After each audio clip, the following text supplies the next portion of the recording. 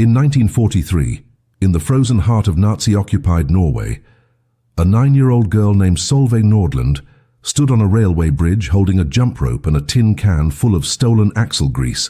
staring down at the iron tracks that carried German ammunition trains through her valley every single night. What happened in the next 72 hours would result in one of the most devastating sabotage operations of World War II in Scandinavia, executed not by trained commandos or resistance fighters, but by a child who couldn't even reach the kitchen counter without a stool. This is the story they tried to bury, the story of how a little girl with pigtails and scraped knees brought a 200-ton military freight train to its knees, using nothing but childhood toys and a rage born from watching her father dragged away by soldiers in the middle of winter. By the time Norwegian intelligence pieced together what really happened on that bridge, Solveig had vanished into the mountains, and the Germans had lost an entire shipment of artillery shells destined for the Eastern Front, along with 17 soldiers and a commanding officer, who would spend the rest of his life trying to explain how a child outsmarted the Third Reich. Norway in 1943 was a country suffocating under the iron fist of German occupation. The Nazis had invaded 3 years earlier, sweeping through the fjords and valleys with brutal efficiency, transforming this land of midnight sun and ancient Viking heritage into a strategic military corridor. Every railway line, every port, every mountain pass had been seized and repurposed to feed the Wehrmacht's insatiable appetite for war. The trains ran like clockwork through the Norwegian wilderness, hauling tanks, ammunition, troops and supplies toward the killing fields of the Eastern Front, where Hitler's forces were locked in a death struggle with the Soviet Union. For the Norwegian people, resistance meant death, collaboration meant survival, and silence meant watching your country bleed out one railcar at a time. In the small mountain village of Rjukan, nestled in the Telemark region, where steep valleys created natural choke points for railway traffic, the occupation felt especially suffocating because the Germans had built their infrastructure right through the heart of civilian life, turning children's playgrounds into military staging grounds and family farms into supply depots. Solveig Nordland was not supposed to be a hero. She was supposed to be in school, learning mathematics and Norwegian history, playing with dolls and helping her mother prepare lutefisk for Sunday dinner. She had blonde braids that her mother tied with blue ribbons every morning, a gap-toothed smile that made the village shopkeeper give her extra candy, and a laugh that echoed through the valley when she played with her younger brother by the river. Her father, Jakob Nordland, worked as a railway engineer before the invasion, maintaining the very tracks that now carried death and destruction through his homeland. He was a quiet man, a man of precision and routine, who taught Solveig how machines worked, how metal expanded in heat and contracted in cold, how the smallest mechanical failure could cascade into catastrophic system collapse. He never imagined those bedtime lessons about physics and engineering would become the foundation of a resistance operation that would be whispered about in British intelligence briefings for decades to come. Everything changed on February 14th, 1943, when the Gestapo came for Jakob Nordland. The charges were vague, dangerous, the kind of accusations that didn't require proof in occupied territory. Someone had reported him for speaking critically of the occupation, for refusing to collaborate fully with German railway operations, for the crime of maintaining his dignity in a world designed to crush it. They dragged him from his home at 3 a.m, in front of his wife and children, his hands bound with wire, his face already bleeding from the rifle butt that had split his lip when he tried to kiss his daughter goodbye. Solveig watched from her bedroom window as they threw her father into the back of a truck like a sack of potatoes, watched as her mother collapsed in the snow, watched as the tail lights disappeared into the darkness toward the Greeny detention camp outside Oslo, a place from which very few Norwegians ever returned. In that moment, something fundamental broke inside that 9-year-old girl, something that could never be repaired, and in its place grew something cold and calculating, something that understood revenge better than any child should ever have to understand anything. The German military trains passed through Rjukan every single night at exactly 2200 hours. A parade of steel and diesel that shook the windows and rattled the dishes in every home within 2 kilometers of the tracks. Solveig had spent her entire childhood falling asleep to that sound, that rhythmic thunder that marked time more reliably than any clock. Now, lying awake in the darkness of her room, she listened differently. She counted the cars.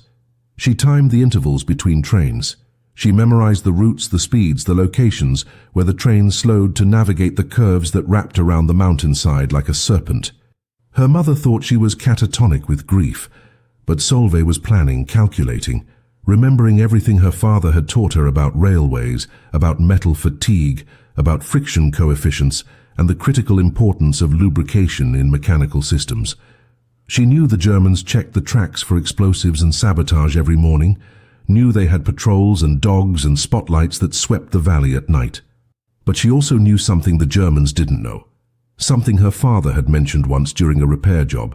Something about how the smallest amount of the wrong substance on a rail could turn a routine journey into a high-speed catastrophe. On the night of February 17, 1943, exactly 72 hours after her father's arrest, Solveig Nordland slipped out of her house carrying her jump rope, a tin can full of axle grease stolen from the village garage, and a rage that burned hotter than any furnace in that frozen Norwegian winter. The Germans would later search for months trying to identify the saboteur, interrogating every known resistance member within 100 kilometers, never once considering that their enemy was a child small enough to hide in a drainage culvert,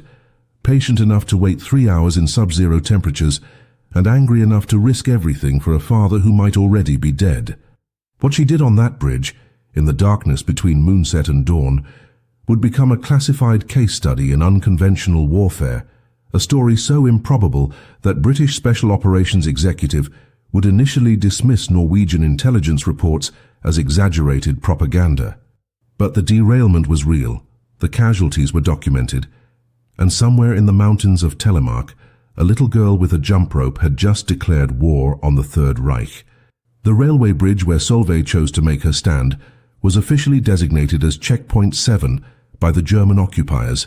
a curved steel structure that spanned a narrow gorge approximately 3 kilometers outside Rjukan's center, where the tracks descended from the mountain plateau toward the valley floor.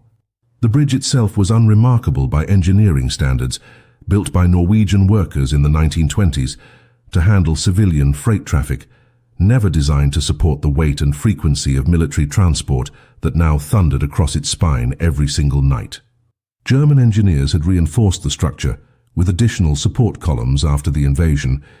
but the fundamental architecture remained vulnerable at specific stress points, particularly where the rails curved sharply to accommodate the natural geography of the gorge. Solveig had crossed this bridge 1,000 times in her short life, walking to her grandmother's farm on the other side of the valley, and she knew every rivet, every support beam, every place where the wind howled through the gaps in the wooden planking. More importantly, she knew that the German patrols changed shifts at 2100 hours, creating a 45-minute window where the bridge sat unwatched except for the automated searchlight that swept across the gorge every 12 minutes with mechanical precision. The occupation had transformed childhood itself into a form of resistance training. Norwegian children learned to move through their own country like ghosts, avoiding German patrols, memorizing schedules, understanding which soldiers were dangerous and which were simply tired young men far from home who wanted nothing more than to survive the war. Solveig had become particularly skilled at invisibility, a small blonde shadow who could disappear into the landscape whenever Wehrmacht trucks rolled through the village. She knew which back alleys connected to the forest paths, which cellars had false walls, which neighbors could be trusted with silence, and which collaborated with the occupiers for extra ration cards. This knowledge, accumulated through years of occupation,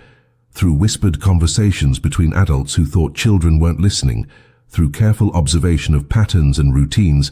had given her something more valuable than any military training could provide. She understood how the machine of occupation functioned, and she understood that machines could be broken if you knew where to apply pressure. Her plan was born from a combination of childhood observation and her father's engineering lectures. Jakob Nordland had once explained to her how trains stayed on tracks through the relationship between steel wheels and steel rails, how the wheel flanges gripped the rail edges, how lubrication was carefully controlled because too much grease in the wrong place could eliminate the friction necessary for traction and braking. He had told her this story while repairing a handcart, that kept slipping on the workshop rails, explaining that grease was both essential and dangerous depending on where you applied it. Solveig remembered watching him clean the rails meticulously, remembered him saying that on a curve with speed and weight, loss of traction could mean loss of control. She remembered these words as she lay in her bed, staring at the ceiling,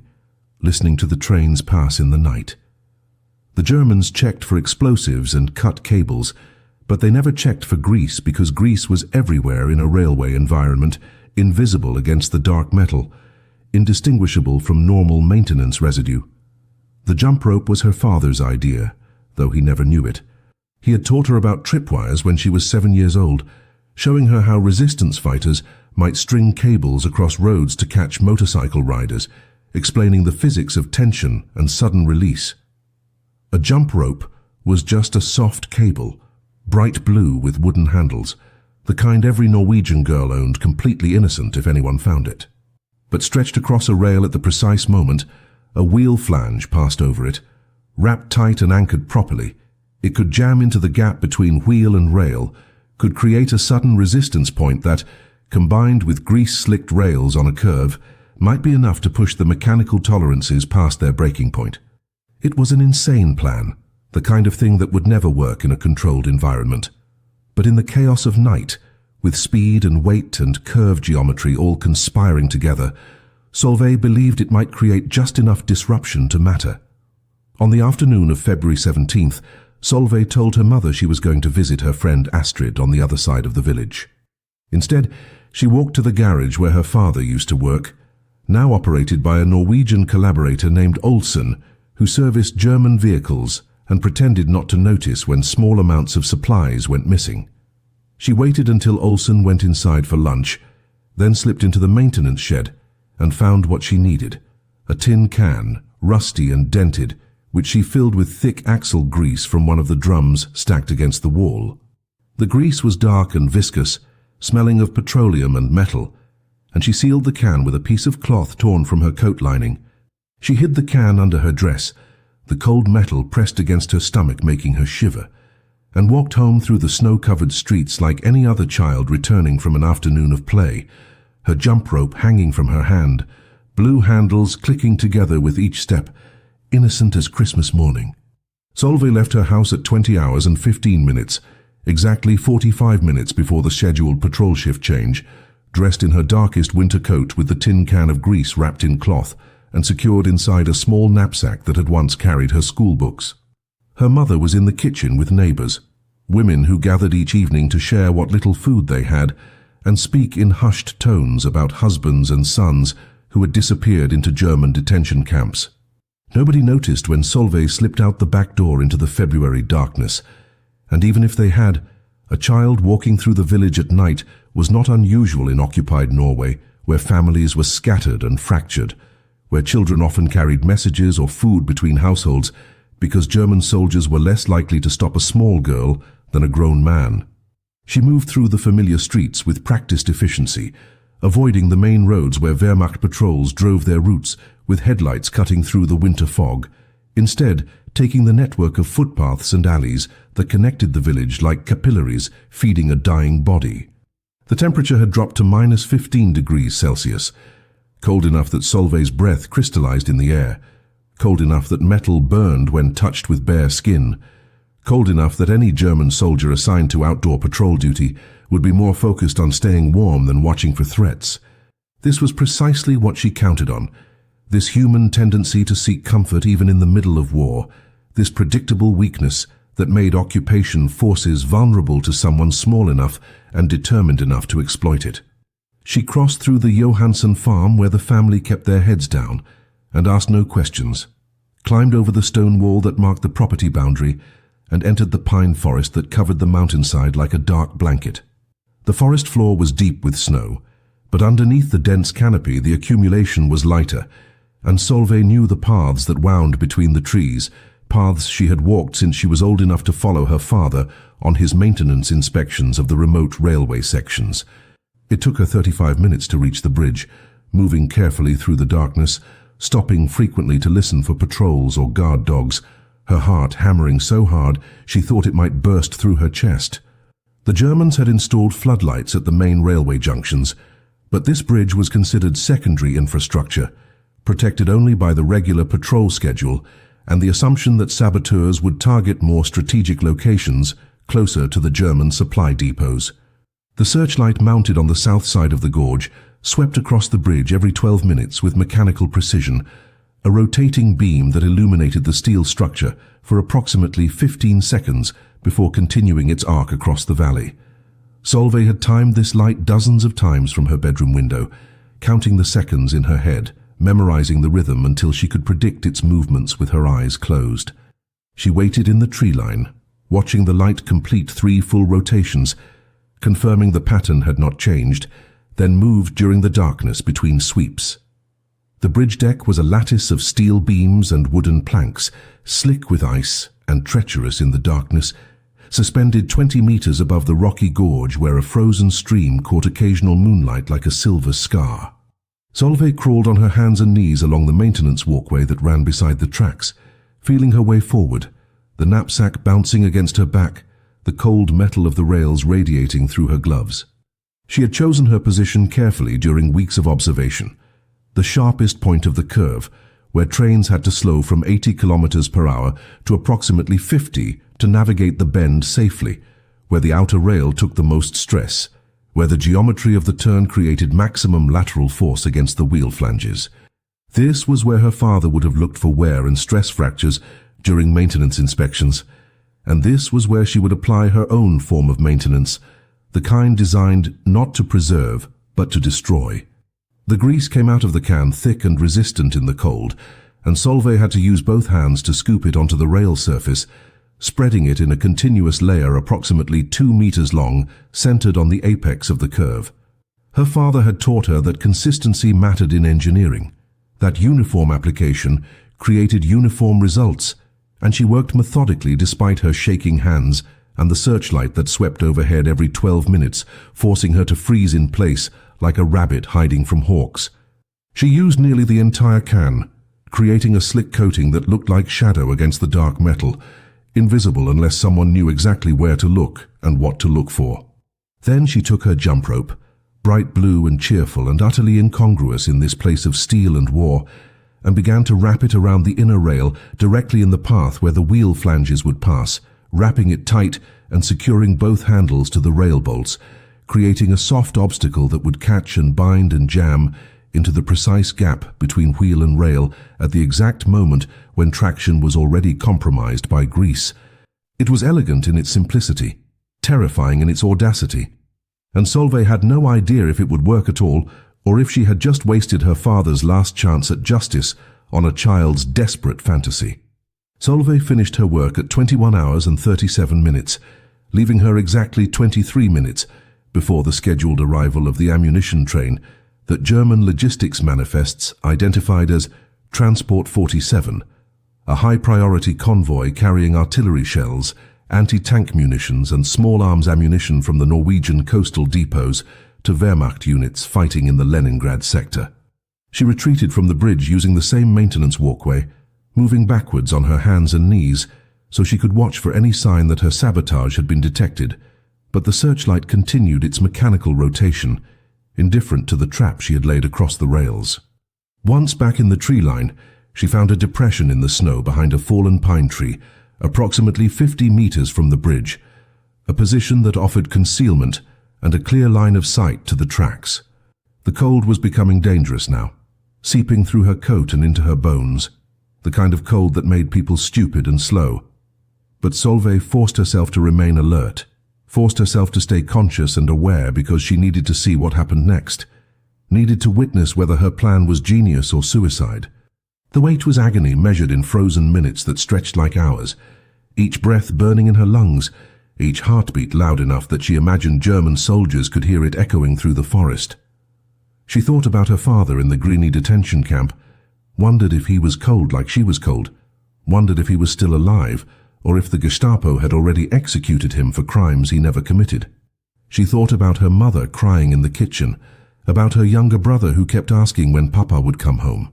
about the village shopkeeper who used to give her candy, but now looked away when she entered his store because association with the family of an arrested man was dangerous.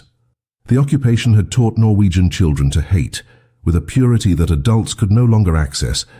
a hate uncomplicated by nuance or political theory, simply the burning certainty that the people who had taken their fathers and destroyed their country needed to pay a price measured in blood and twisted metal.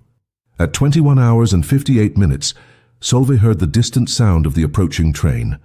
a low rumble that vibrated through the frozen ground before becoming audible through the air. The sound grew steadily, accompanied by the rhythmic clatter of steel wheels on steel rails, a sound that had once meant commerce and connection, but now meant only occupation and death. She could see the locomotive's headlight cutting through the darkness, a single bright eye sweeping along the tracks as the train rounded the far curve and began its approach to the bridge. The Germans ran their ammunition trains with minimal lighting to avoid attracting attention from potential British air raids, so only the locomotive showed illumination, the freight cars behind it moving through darkness like a segmented shadow, each car laden with explosives destined to kill Russian soldiers on a front line 3,000 kilometers away. The locomotive hit the greased section of rail at approximately 52 kilometers per hour, exactly within the speed parameters Solveig had calculated based on her observations of previous transports. For a moment nothing happened, and her heart sank with the crushing realization that her plan had failed, that she had risked everything for nothing, that her father would die in a camp while she froze to death in a forest, having accomplished absolutely nothing. But then the locomotive reached the jump rope, and the physics her father had taught her during bedtime lessons about friction and tension and mechanical resistance suddenly manifested as catastrophic reality.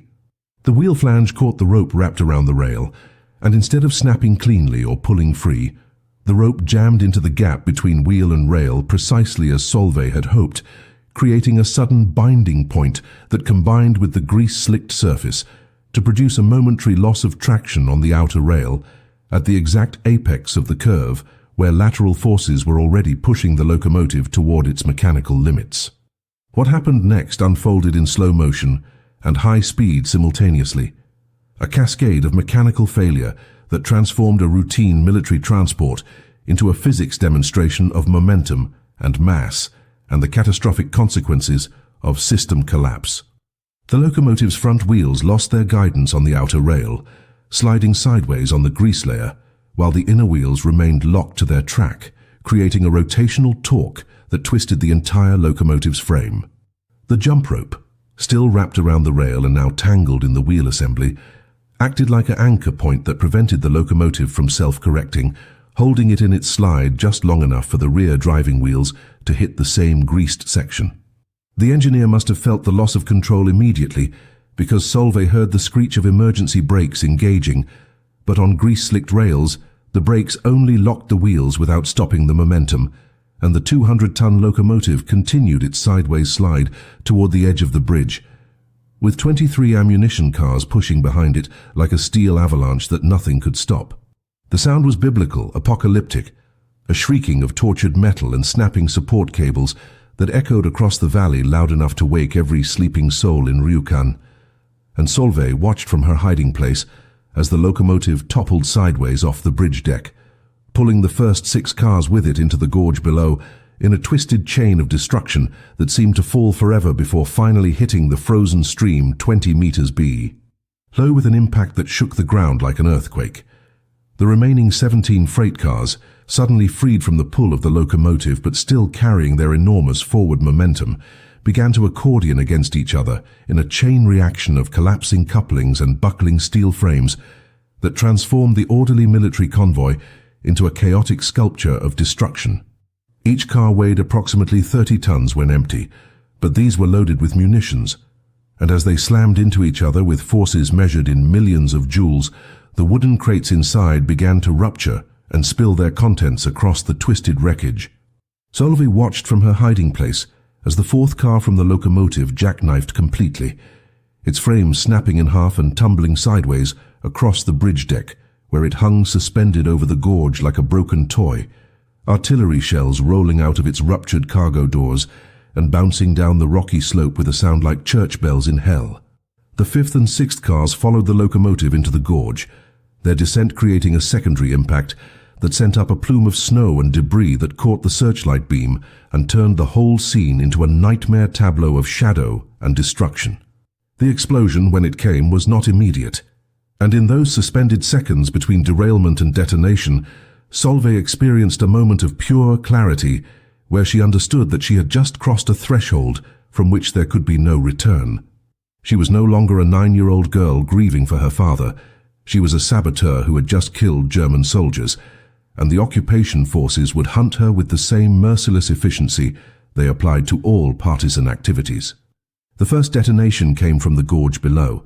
where the locomotive had ruptured and spilled diesel fuel across the wreckage, and some combination of sparks and friction and the artillery shells that had tumbled down with the fallen cars created an ignition point that transformed the crash site into an inferno. The explosion was not Hollywood dramatic, not a single massive fireball, but rather a rolling series of secondary detonations as ammunition cooked off in the flames, each blast sending shrapnel screaming through the night air and lighting up the valley like daylight. Solveig pressed herself flat against the frozen ground, feeling the pressure waves wash over her hiding place, watching as the bridge itself began to collapse under the weight of the remaining cars and the structural damage from the explosion. The Germans responded with the mechanical precision that characterized all Wehrmacht operations, even in chaos and catastrophe. Within 4 minutes of the initial derailment, Solveig heard the air raid sirens wailing in Ryukin, heard the engines of military vehicles roaring to life, saw searchlights from the village beginning to sweep across the mountainside and converge on the bridge. She knew she had perhaps 10 minutes before German soldiers would reach the crash site and begin securing the perimeter, searching for saboteurs, looking for any evidence of how this catastrophe had occurred. The grease would have burned away in the fire, and the jump rope, if it survived at all, would appear as nothing more than charred fabric indistinguishable from the hundreds of other pieces of debris scattered across the wreckage. But Solveig could not afford to assume anything, could not afford to be caught within the search radius when the Germans established their cordon around the bridge. She began crawling backwards through the snow, moving away from the crash site toward the deeper forest, her body screaming in protest from the cold and the adrenaline crash that was beginning to set in now that the immediate action was over. Behind her, the fires continued to burn,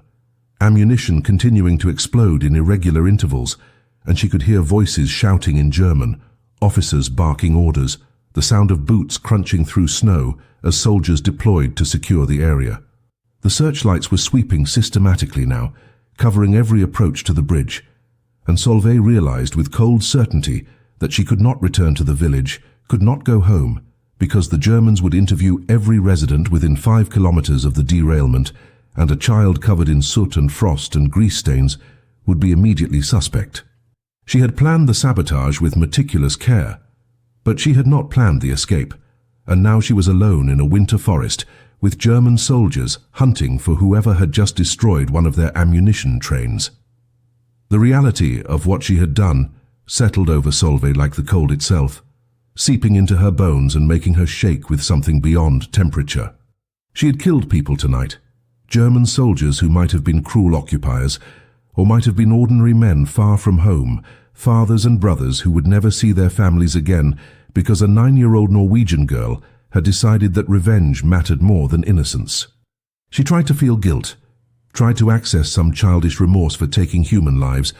but all she felt was a cold satisfaction and the desperate need to survive long enough to find out if her father would ever know what she had done in his name. The fires behind her created flickering shadows through the forest, turning the trees into dancing silhouettes, and Solveig moved through this landscape like a ghost of herself, leaving behind the girl who had played with dolls and jump ropes, becoming something harder and colder and more dangerous than any Wehrmacht officer could possibly imagine when they began their investigation into how a 200-ton train had been defeated by grease and childhood toys. Solveig made it approximately 3 kilometers into the forest before her body began to fail, the accumulated cold and exhaustion and adrenaline crash combining into a physical shutdown that no amount of willpower could overcome. Her fingers had lost feeling 20 minutes earlier. Her feet were numb blocks of ice inside her boots, and her thinking had become sluggish and confused, the early stages of hypothermia stealing her ability to make rational decisions. She knew she was in trouble, knew that lying down in the snow meant death, but her body was demanding rest with an urgency that overrode survival instinct. Behind her, the orange glow of the burning train painted the sky, and she could still hear distant explosions as ammunition continued to cook off in the wreckage, each blast a reminder that the Germans would be scouring every meter of forest, searching for whoever had caused this catastrophe. She stumbled forward through the darkness, her hands outstretched like a blind person, until her foot caught on a buried root, and she fell face first into a snowdrift. And for several long seconds, she simply lay there, considering whether it would be easier to just close her eyes and let the cold take her.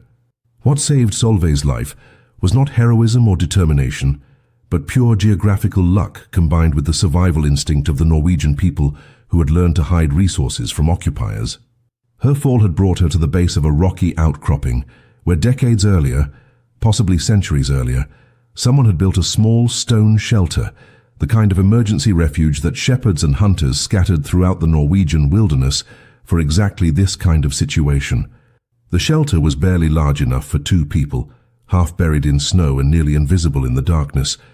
but it blocked the wind and provided insulation from the frozen ground. Solveig crawled inside, pulling branches and snow across the entrance to conceal the opening, and curled into a ball in the corner where the stone walls met, wrapping her arms around her knees and trying to generate warmth through the simple act of making herself as small as possible.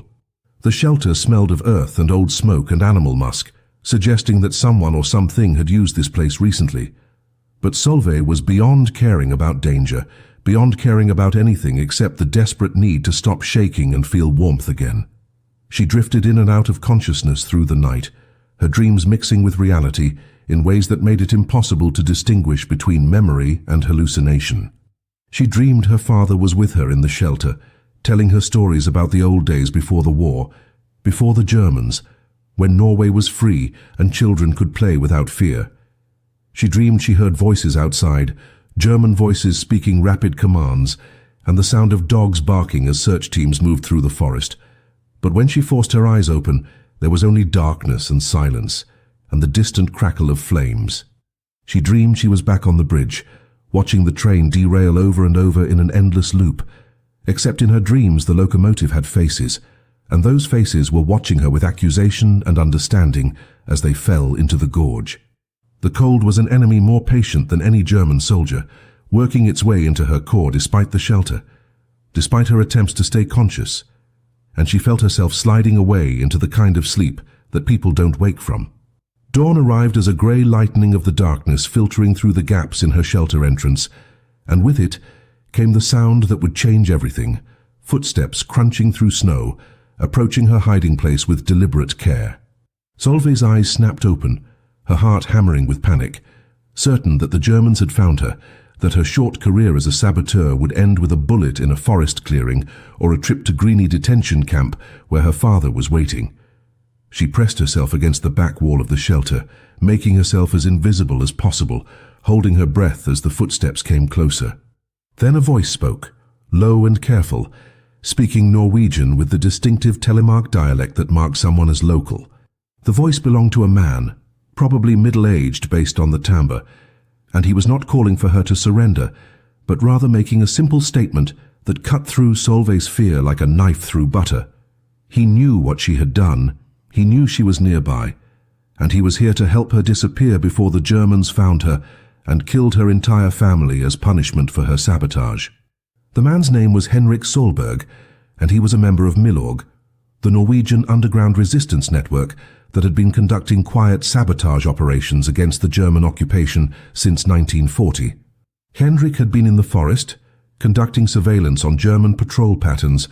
when he witnessed the derailment from a distance, had watched a small figure retreat from the bridge into the trees, and had spent the night tracking Solveig's path through the snow, while simultaneously avoiding the German search teams that were sweeping the area with increasing desperation.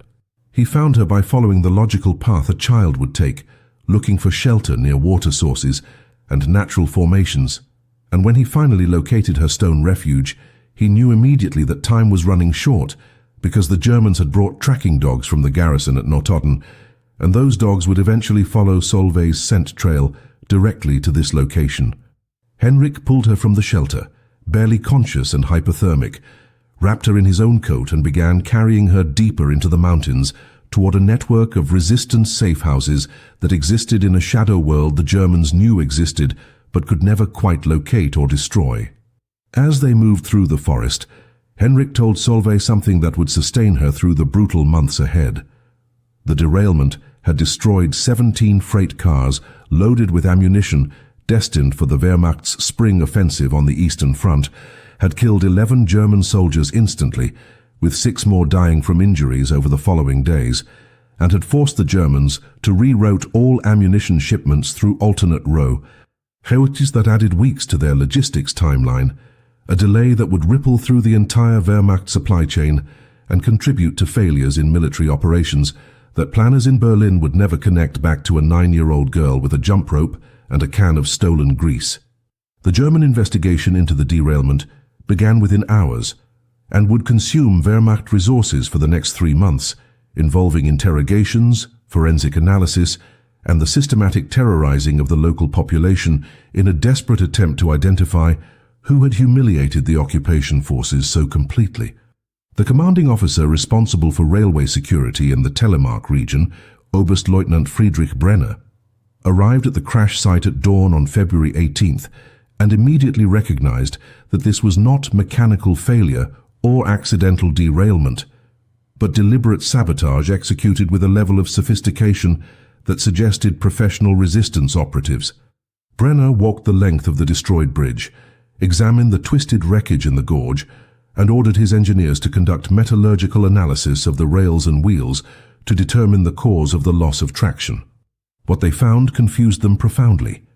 Traces of petroleum-based lubricant on the rail surface at the curve apex, consistent with axle grease but applied in quantities and patterns that made no mechanical sense, and fragments of fabric embedded in the wheel flanges that appeared to be some kind of rope or cord, burned beyond recognition but definitely present at the point of initial derailment. The fabric fragments became the center of Brenner's investigation because they represented the physical evidence that distinguished sabotage from accident, proof that someone had deliberately interfered with the train's operation. German forensic specialists examined the fragments under microscopes, determined they were cotton or hemp fibers consistent with common rope, and concluded that someone had stretched a cable or cord across the rail as a triggering mechanism for the derailment. This conclusion was simultaneously correct and completely misleading,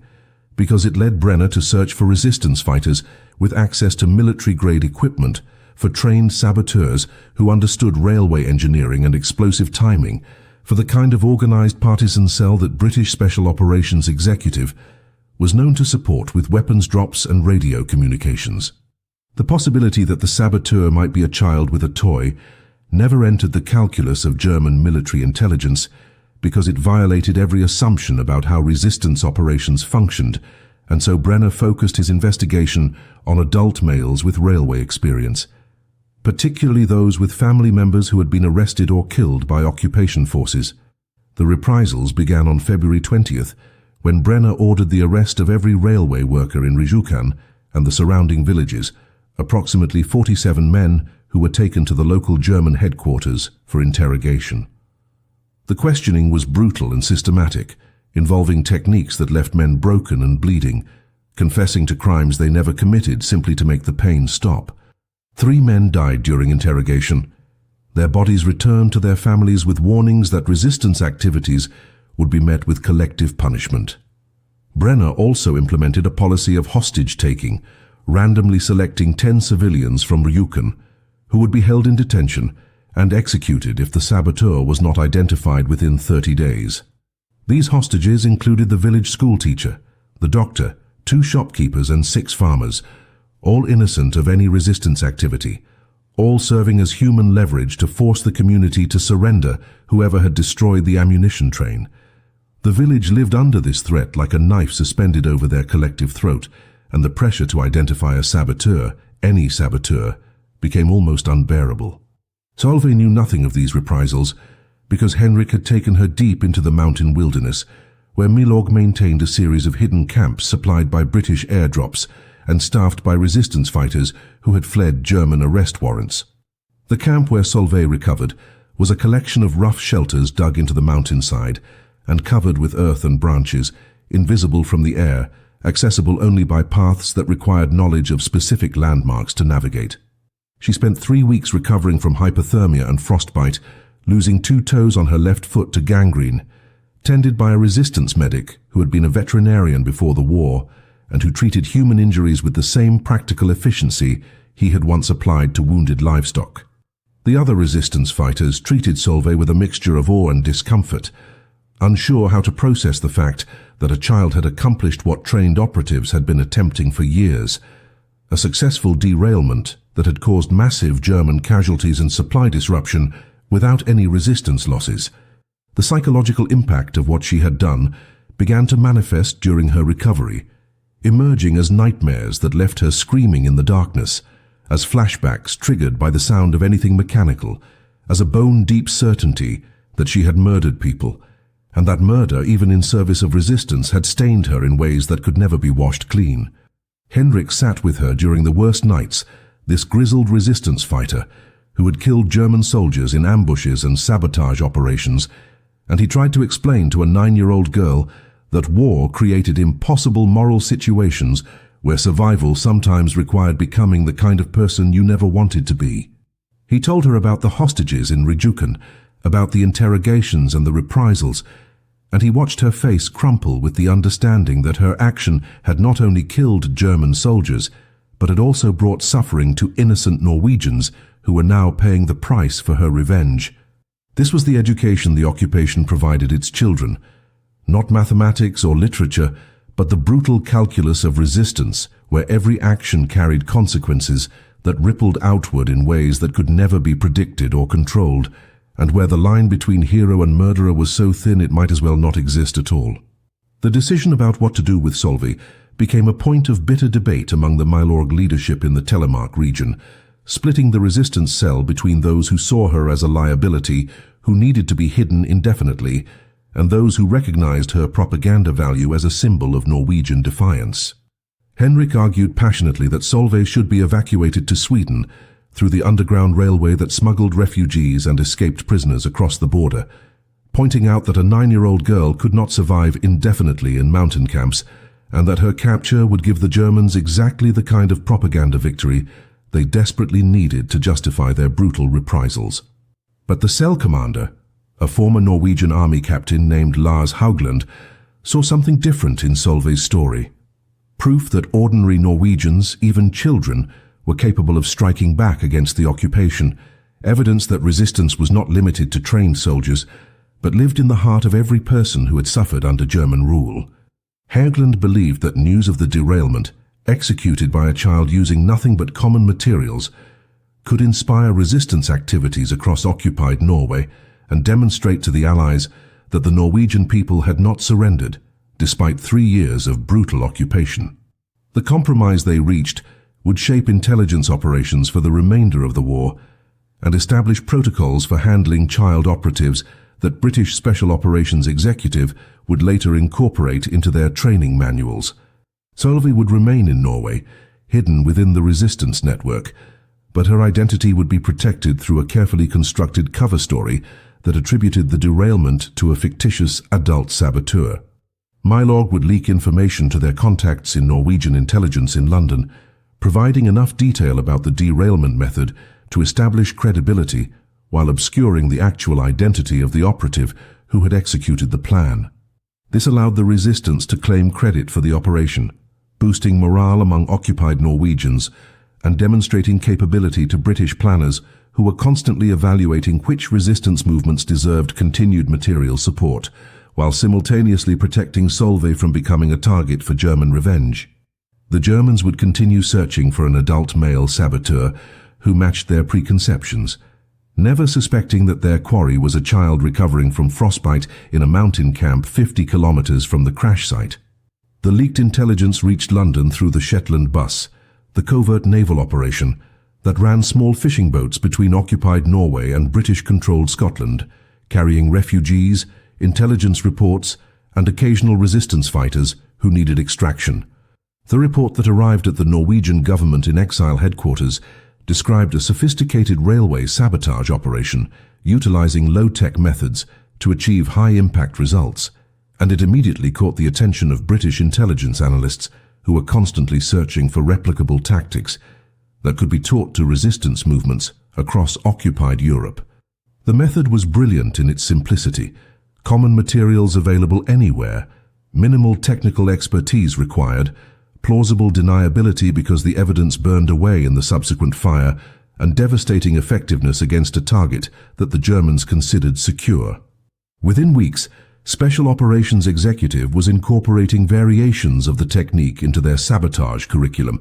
teaching agents bound for France, Belgium, and the Netherlands how to use lubricants and soft obstacles to derail trains on curves, never knowing they were learning tactics developed by a Norwegian schoolgirl with a grudge and a basic understanding of physics. Back in Ryukin, the German investigation had reached a dead end that was making Oberstleutnant Brenner increasingly desperate and erratic. The 30-day deadline for identifying the saboteur had passed, and Brenner faced a terrible choice: execute the 10 hostages as promised, which would further alienate the local population and potentially trigger more resistance activities, or show mercy, which would make him appear weak and undermine the deterrent value of collective punishment. He chose a middle path that satisfied no one,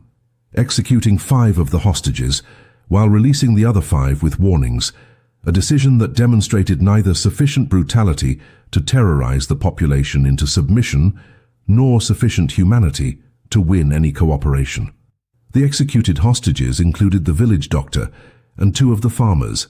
men who had no connection to resistance activities, whose deaths accomplished nothing except adding to the growing list of Norwegian grievances against the occupation. Their funeral became a silent protest, hundreds of villagers standing in the snow while Norwegian clergy conducted services in defiance of German orders prohibiting public gatherings. And Solveig's mother stood among them, holding her younger son's hand, grieving not only for the murdered hostages,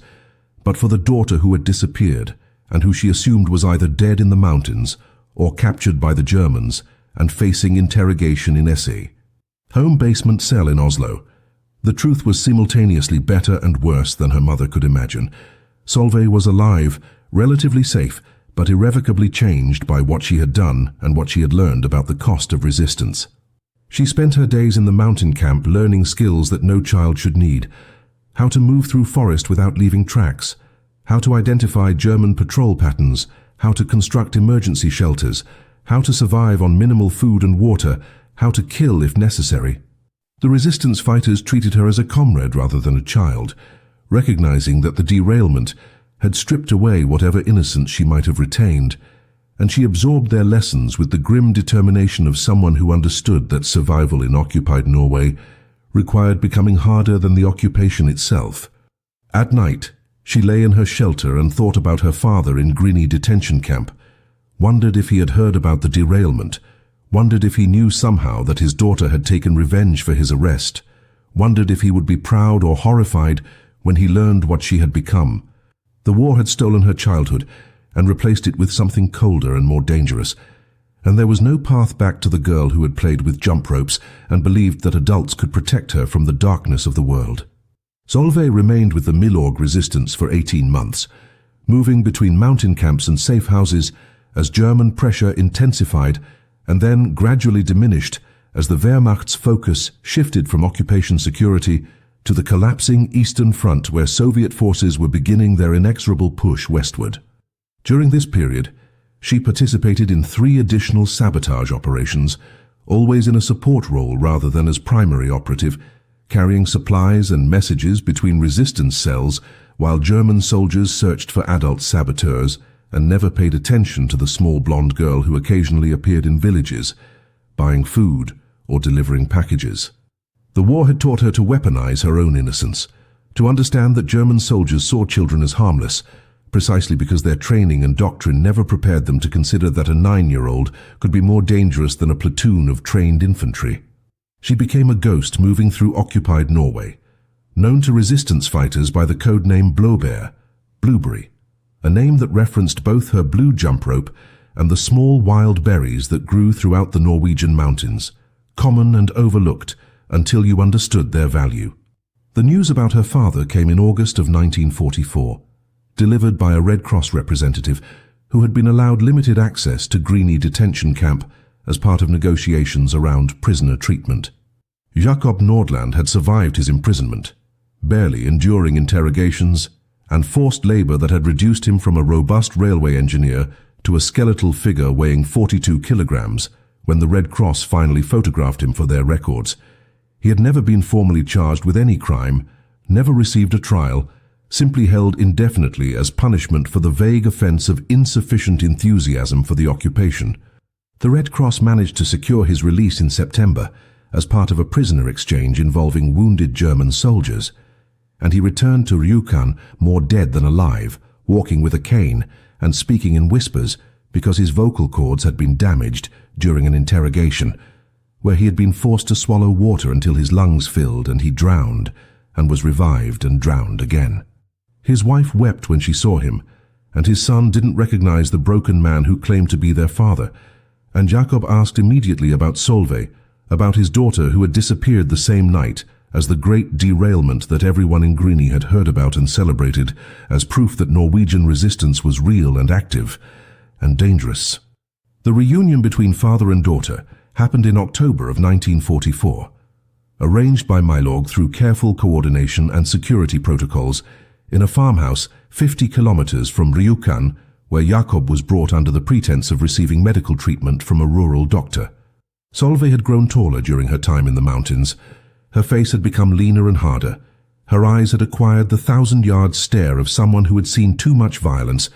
But when she saw her father sitting in the farmhouse kitchen, still gaunt from his imprisonment but alive and free, something inside her broke and she ran to him like the child she had been before the war took everything. Jakob held his daughter and felt her body shaking with sobs, and Henrik Solberg, who had accompanied Solveig to the meeting, watched this grizzled railway engineer slowly piece together the truth about who had derailed the ammunition train and why.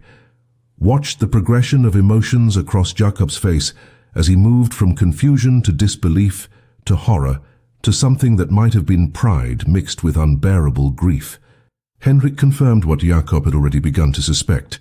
explaining in quiet detail how Solveig had applied the engineering lessons her father had taught her,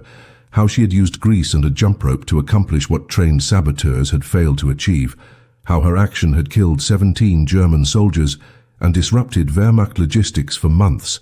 and how that same action had triggered reprisals that had killed innocent Norwegians and Fau. Kari's daughter to become a fugitive, living in mountain camps with resistance fighters who treated her like a soldier rather than a child. Jakob listened to this recounting with his head in his hands, and when Henrik finished speaking, the engineer looked at his daughter with eyes that held more pain than any torture the Gestapo had inflicted. He told her that he understood why she had done it, that he did not blame her for trying to avenge his arrest, but he also told her something that would haunt Solveig for the rest of her life. That revenge was not justice, that killing in the name of love was still killing, and that the war had stolen something from her that could never be recovered, no matter how many Germans died or how complete the Allied victory might be. He told her that he had survived Greeny by holding on to the memory of his daughter's innocence, the image of her laughing and playing, and now that memory was gone, replaced by the reality of a child soldier who knew how to sabotage trains and evade patrols and live with the weight of death she had caused. The war would end eventually, Jakob said. But what happened after war, when soldiers had to become civilians again and killers had to become neighbors? That was the harder challenge, and he feared for what peace would mean for a daughter who had learned to measure her worth in destroyed equipment and enemy casualties. The conversation lasted 3 hours, and by the end of it both father and daughter understood that the derailment had created a permanent divide between who they had been before and who they were forced to become after. Jakob returned to Rjukan to continue his slow recovery, and Solveig returned to the mountains to continue her work with the resistance. But something fundamental had shifted in her understanding of what she had done. The derailment was no longer a story of heroic revenge, but rather a case study in the impossible moral calculations that war imposed on everyone it touched, where the right action and the wrong action occupied the same space, and the only certainty was that there would be consequences no one could predict or control. Henrik watched her return to camp that night, this 10-year-old girl who moved like a soldier and thought like a tactician, and he wondered what kind of Norway would exist after liberation. What kind of society could reintegrate children who had been turned into weapons? Whether the peace they were all fighting for would be worth the cost of the innocence they had sacrificed to achieve it. These were questions without answers, problems that would only become apparent years later when the war ended and the survivors tried to remember who they had been before the occupation taught them that sometimes the only difference between a hero and a monster was which side you were standing on when the shooting started. The war in Norway ended on May 8, 1945, when German forces surrendered unconditionally, and the occupation that had lasted 5 years and 26 days finally collapsed under the weight of Allied victory. Solveig was 11 years old when liberation came, standing in a mountain camp with resistance fighters who celebrated with tears and embraces, while she felt only emptiness where relief should have been. The transition from war to peace was chaotic and complicated, with collaborators being arrested, resistance fighters emerging from hiding, and Norwegian authorities trying to reassemble a functioning government from the fragments the Germans had left behind. Solveig returned to Rjukan in June of 1945, walking down the same streets where she had once played as a child, but everything felt different now, distorted, like a photograph that had been damaged and imperfectly restored. Her mother cried and held her, and asked no questions about the 18 months Solveig had spent in the mountains, understanding instinctively that some experiences could not be shared, that the daughter who had returned was fundamentally different from the one who had disappeared into the forest after the derailment. The official recognition of what Solveig had accomplished came slowly and reluctantly,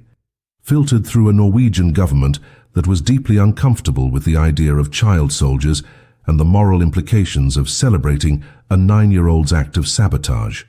The derailment was documented in military records. The German casualty reports were verified through captured Wehrmacht archives, and British intelligence confirmed the disruption to ammunition supplies that had rippled through the Eastern Front logistics chain in the spring of 1943. But when it came time to award medals and honors to resistance fighters who had distinguished themselves during the occupation, Solveig's name was conspicuously absent from the official lists. The Norwegian government quietly classified her file, reasoning that publicizing a child saboteur would invite uncomfortable questions about how the resistance had utilized children, whether adults had encouraged or enabled her actions, and what it said about Norwegian society that a 9-year-old girl had felt compelled to commit acts of violence that trained soldiers had hesitated to attempt. The decision to bury her story was presented as protection, as sparing her from unwanted attention and allowing her to return to normal childhood. But Solveig understood it for what it really was: institutional embarrassment at a reminder that the occupation had been so brutal and so total that even children had been forced to become warriors. Solveig Nordland lived the rest of her life in relative obscurity, never speaking publicly about the derailment, never seeking recognition or compensation for her wartime service. She finished her education, married a fisherman from the coastal town of Ålesund, raised 3 children who knew only fragments of their mother's history, and worked as a schoolteacher for 37 years, teaching Norwegian children mathematics and history while carefully avoiding the chapter about resistance operations during the occupation. Her father, Jakob, died in 1958, his health never fully recovering from his time in Greenie, and at his funeral, Solveig stood by the grave thinking about the jump rope and the can of grease and the night she had tried to save him by destroying a train. Henrik Solberg, the resistance fighter who had saved her life and become something like a mentor during her time in the mountains, maintained contact with her throughout the decades, visiting occasionally to check on her well-being and to remind her that what she had done mattered, that the derailment had saved lives on the Eastern Front by delaying German ammunition shipments, that her action had demonstrated Norwegian resistance capabilities at a critical moment when Allied planners were deciding which occupied countries deserved continued support. The story might have died with Solveig, except for a chance discovery in 1992, when a Norwegian military historian researching resistance operations in Telemark stumbled across classified files that had been declassified as part of routine archival processing. The historian, a woman named Ingrid Larsen, found references to Operation Blaubeer, found Henrik Solberg's after-action reports describing the derailment in technical detail, found correspondence between Milorg and London discussing the propaganda value of the operation, and eventually found Solveig herself, then 74 years old and living in a retirement community in Bergen. Larsen conducted interviews over a period of 6 months, coaxing the story out of Solveig piece by piece, watching this elderly woman struggle with memories she had spent 5 decades trying to forget. The resulting book, published in 1994 under the title The Girl Who Fought with Toys, became a minor sensation in Norway, prompting debates about child soldiers, about the moral complexity of resistance operations, about whether celebrating such actions glorified violence or honored sacrifice. Solveig gave exactly one interview to Norwegian television, appearing on screen as a white-haired woman with steady hands and sad eyes, explaining to a generation that had never known occupation that sometimes children had to make impossible choices, that war destroyed innocence before it destroyed anything else, and that the real cost of resistance was not measured in destroyed trains or dead soldiers, but in the parts of yourself you had to kill. To survive. Solveig Nordland died in 2003 at the age of 69 from complications related to pneumonia, surrounded by her children and grandchildren who had finally learned the full story of what their mother and grandmother had done during the darkest days of the occupation. She was buried in Rjukan, not far from the rebuilt bridge where she had executed her impossible act of sabotage 60 years earlier, and her grave marker contains no mention of resistance activities or wartime heroism, simply her name and dates and the phrase she had requested: a daughter of Norway who did what was necessary. The German records confirm 17 dead, 23 freight cars destroyed, 3 months of logistics disruption, and no saboteur ever identified or captured. The jump rope and the can of grease were never recovered, burned away in the fire or lost in the wreckage, physical evidence that disappeared as completely as childhood innocence disappears in war. But the story survived, passed down through resistance networks and military historians, and eventually into the consciousness of a new generation of Norwegians who needed to understand that heroism is rarely clean or simple, that sometimes the greatest acts of courage come from the most unlikely people, and that a 9-year-old girl with a toy and a grudge had once brought the Wehrmacht to its knees and changed the course of a war in ways that generals and politicians would spend decades trying to understand and quantify and ultimately failing to fully explain, because the human heart under pressure is capable of things that no strategic doctrine or military manual can adequately predict or contain.